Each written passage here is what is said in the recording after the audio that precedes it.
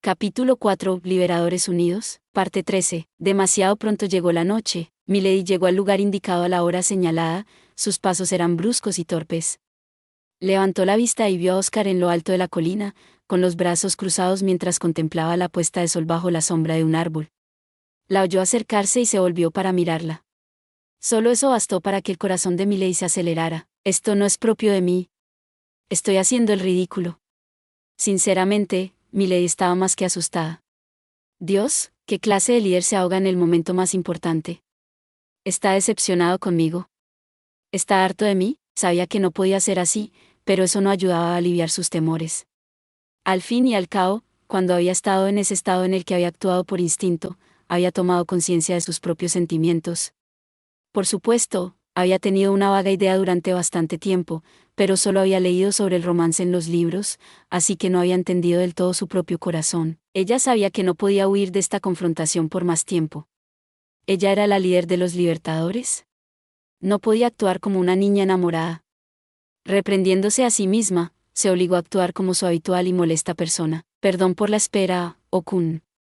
Hola, Milady. Se acercó y se apoyó en el tronco del árbol, junto a Oscar, luego pateó ociosamente un guijarro junto a sus pies y dijo, bueno, ya sé por qué me llamaste aquí. Siento haberte causado tantos problemas. Pero no te preocupes, estoy bien, Milady, dijo Oscar en voz baja, interrumpiendo su cobarde intento de desviar la atención del asunto en cuestión. Entonces puso su mano sobre la de ella, y ella se sobresaltó. Se esforzó por mantener la calma, pero sus emociones se desbordaron. Por reflejo, trató de apartarse, pero el agarre de Oscar era demasiado fuerte. ¿Okun? Hey, me sentí feliz. Milady se giró hacia Oscar sorprendida y se quedó sin aliento al ver la calidez de sus ojos. Cuando estabas en tu estado de debilidad, fui la primera persona a la que acudiste. Puede que pienses mal de mí por esto, pero eso me hizo muy feliz. Oscar le dedicó una sonrisa avergonzada, pero Milady se quedó mirando. No tenía ni idea de qué decir, así que esperó a que él continuara. Sinceramente, me costó mucho autocontrol no hacer un movimiento hacia ti. Eras tan linda, agua, nunca lo admitiré ante nadie más, pero me cabreó que tanto el señor de los demonios como el héroe se te declararan. Oscar estaba desnudando sus sentimientos ante Milady. Se lo estaba contando todo, como si quisiera compensar el hecho de que ella le hubiera mostrado sin querer lo que sentía de verdad. Era un poco embarazoso, pero también la hacía feliz. Tan feliz que su determinación casi vaciló, incluso. Pero, ¿es realmente el momento para el romance?, le susurró una voz en la nuca. Era a la vez la voz fría y carente de emociones de su juventud, cuando formaba parte de la familia Reisen, y la voz decidida de Milady Reisen, la líder de los libertadores. Milady cerró los ojos, conteniendo sus emociones. Se sentía mal por haber engañado a Oscar, pero ya que le había divulgado todo, decidió ser sincera con él. Okun. ¿Sabes? Sé lo que te cuesta decir. Ella había querido detener a Oscar antes de que realmente confesara, pero él la interrumpió casi inmediatamente. ¿Cuánto tiempo crees que hemos pasado juntos? Hasta que cambiemos el mundo, ¿tienes que ser la líder de los libertadores? Y yo soy Oscar Urcas, el libertador. Oscar no estaba rechazando a Milady. De hecho, todo lo contrario.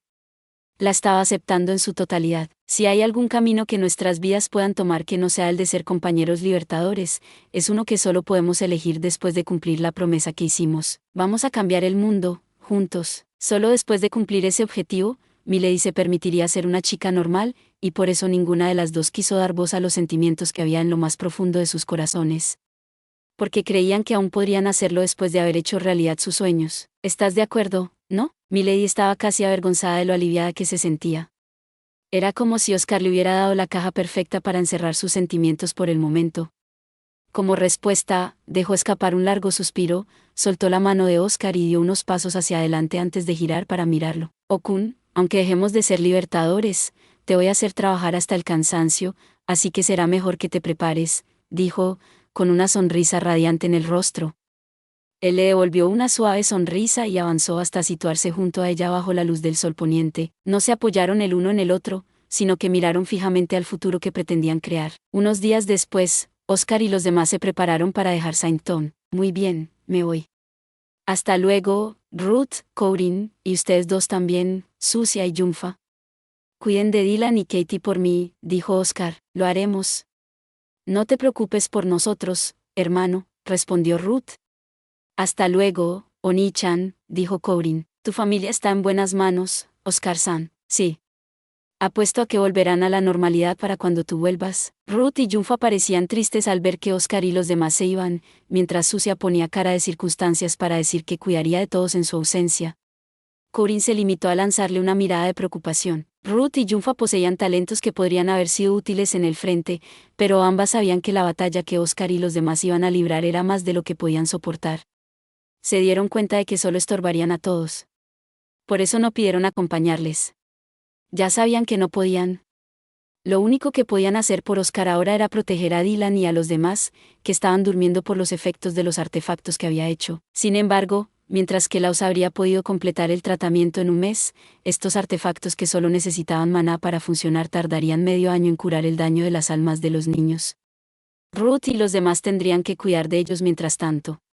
De este modo, Oscar y los demás podrían centrarse en los retos que tenían por delante sin preocuparse de lo que ocurría en casa. Oscar sabía cómo se sentían Ruth y los demás, así que les asintió con confianza. Morin lo miró con orgullo en los ojos y dijo: «Te has convertido en un joven tan bueno, Oscar.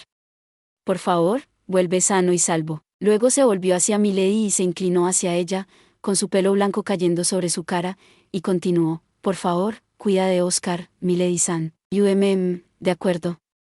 Milady respondió tímidamente, demasiado avergonzada para preguntar a Morin qué quería decir exactamente. Algunos de los chicos de la aldea seguían molestos por el hecho de que Oscar le hubiera robado el corazón a Milady, pero la mayoría lo había asumido y enviaba felizmente a Oscar y a Milady. Por mucho que odiaran admitirlo, Milady parecía más brillante que nunca, y todos tenían claro que la razón de ello era Oscar. «Qué bonito es que seas tan tímida incluso ahora que has crecido, Milady-tan». «Cállate, Liu-chan, pero ese pendiente te queda muy bien», dijo Liu Tigis, tocando el pendiente que Milady llevaba en una oreja. Gracias». Era un pendiente pequeño, pero estaba exquisitamente elaborado, con una joya de color azul celeste puro incrustada en el centro. El cumpleaños de Milady había pasado durante la guerra de la República Altina con la iglesia. Y después, ella había estado en ese semiestupor, por lo que nadie había sacado el tema, pero la noche antes de que partieran hacia Saint-Ton, Salas la había obligado a asistir a una fiesta de cumpleaños en su honor. Meiru y los demás se habían quedado sorprendidos y decepcionados porque nunca habían intentado saber el cumpleaños de Milady, así que se habían apresurado a preparar los regalos para ella a tiempo para la fiesta. Oscar, sin embargo, había optado por esperar y asegurarse de que su regalo fuera perfecto, por lo que había regalado el suyo a Milady mientras estaban en Saint-Ton. En Tortus, se consideraba adulto cuando se cumplían los 15 años, por lo que este era el año en que Milady se unía a las filas de los adultos. De ahí que el comentario anterior de Morin hubiera traído a la mente de Milady pensamientos de matrimonio. Por suerte, aunque esos comentarios seguían siendo embarazosos, ya no la sacudían tanto como antes. Había ordenado sus sentimientos durante su conversación de ayer con Oscar, y sabía qué atenerse. «Buena suerte, padre. Dile a Reinette que también le deseo suerte», le dijo Siarm a Laus. «Por supuesto. Cuida de los aldeanos mientras nos vamos, Siarm», contestó Laus mientras acariciaba suavemente la cabeza de Siarm. «Esto no es una despedida. Volveré contigo, cueste lo que cueste». «Muy bien, todos, vamos», declaró Milady con una sonrisa juguetona. Luego giró sobre sus talones y se alejó. Oscar y los demás la siguieron de cerca. Podían oír el eco de las palabras de ánimo que los aldeanos gritaban detrás de ellos, y los gritos no cesaron ni siquiera cuando se perdieron de vista. Gracias por ver. Si te gustó este contenido, no olvides darle like, compartir y suscribirte para más videos similares. Nos vemos en el próximo video.